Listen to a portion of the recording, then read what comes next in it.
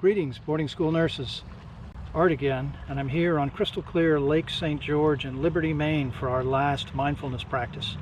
Mindfulness broadly is divided into two areas, awareness and compassion. And as you might imagine, the practices we've done so far have all fallen under the awareness umbrella. This is because it's a lot easier to practice that on the run than it is compassion. But I do have a sort of on-the-run compassion practice for you to close out our series. This is based on a more formal meditation practice that Buddhists call metta, and other mindfulness practitioners sometimes call loving kindness or heartfulness, and so I'll call this heartfulness on the run. But essentially, it's wishing other people well, consciously wishing other people well, and you can do this in two sort of venues. One is just generically doing it. Be someplace where there are other people and consciously wish them well. Think specifically of an individual. It doesn't have to be somebody you know, but somebody nearby. Some people like to go to a train station, for example, and then do this with everyone as they get off a train.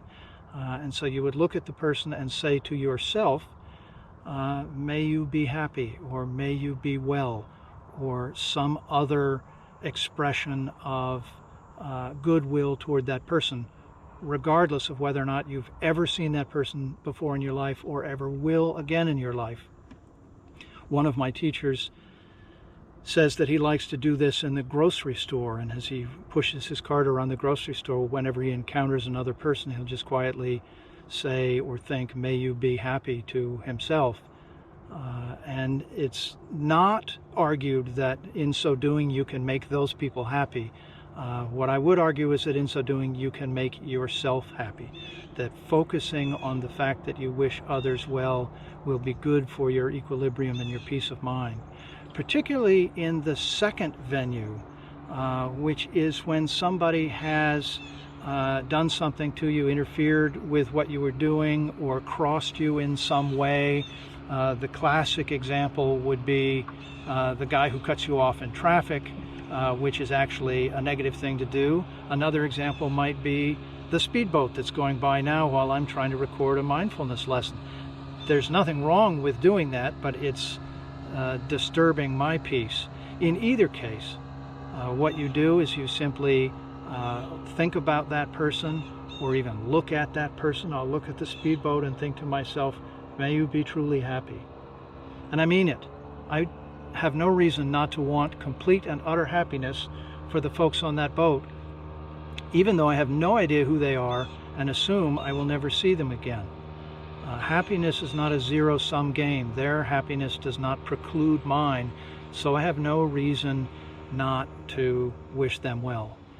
Now, they didn't really do anything to me. They're just out on a lake using their boat just as I am, and I have no more right to it than they do. But suppose they had cut me off in traffic. Suppose they had just cut in right in front of my car in some lane on the highway, or right before an exit, or whatever. And the immediate temptation is to use some kind of internationally recognized hand gesture that would signify, I wish you hadn't cut me off in traffic, or something like that. The reality is you then get angry. The use of that hand gesture sort of underscores your anger, when in reality, if you just look at that car, assuming they haven't actually hit you, everybody's okay, just look at the car, think about the driver, and think to yourself, may you be truly happy.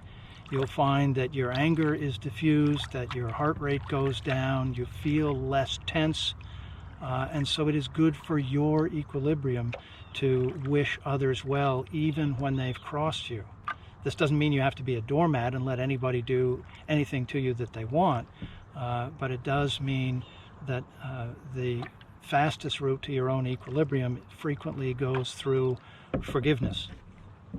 I'm reminded of someone, I think this quotation is often attributed to the Buddha, and it isn't something that he actually said, but I could be mistaken, that carrying a grudge is sort of like drinking poison and waiting for the other person to die. If you do something to me and it makes me angry and I remain angry, then I'm the one who's in turmoil, and you potentially have absolutely no idea that anything has happened. So mindfulness on the run, actively wishing other people well, usually through an expression said inwardly, lest the guys in the white coats come to get you.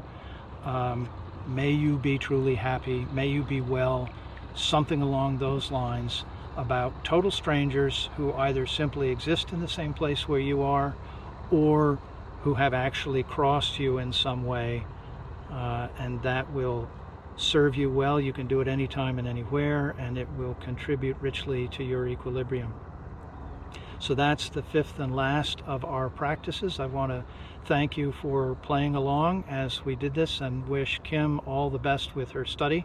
I hope that this indicates that these practices are useful to all of you, and I hope that you found them to be so. Thank you.